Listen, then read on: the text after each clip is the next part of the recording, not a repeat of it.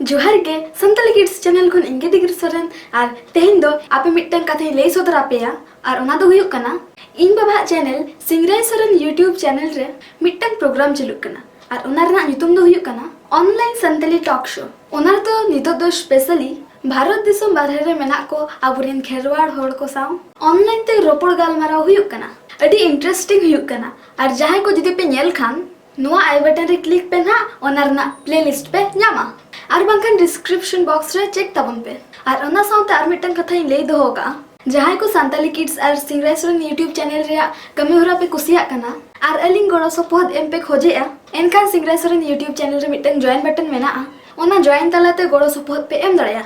और मिटन कथा और जहां इया नितुम ते चैनल मेना दो डिगिर सोरेन अडी होड़ के पे कंफ्यूजन कना होयतो डिगिर सोरेन से संताली किड्स यूट्यूब चैनल पे येला इंदुई मेता पे बनार के सब्सक्राइब का पे चेदा से डिगिर सोरेन रे दो ना इना ब्लॉग वीडियो को आड़ा बड़े मा एनखान जो तो बेस्ट रहता है पे जोहार।